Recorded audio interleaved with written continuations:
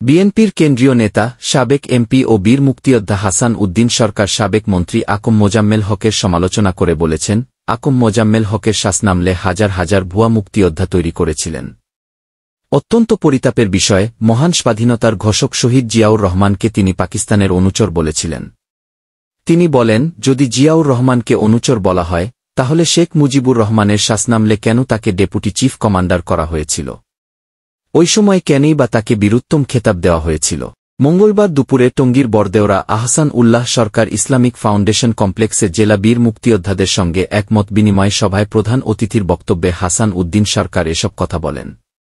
অনুষ্ঠানে সভাপতিত্ব করেন গাজীপুর সদর উপজেলার সাবেক কমান্ডার বীর মুক্তিযোদ্ধা লিয়াকত আলী। এ সময় প্রধান অতিথির বক্তব্যে হাসান উদ্দিন সরকার বলেন, বিএনপির নীতিনির্ধারণী ফোরামের গ্রিন সিগন্যাল পেয়ে আমি নির্বাচনী মাঠ গছাতে কাজ করে যাচ্ছি। গাজীপুর ২ আসন থেকে আমি এমপি প্রার্থী হিসেবে সবার সার্বিক সহযোগিতা চাই।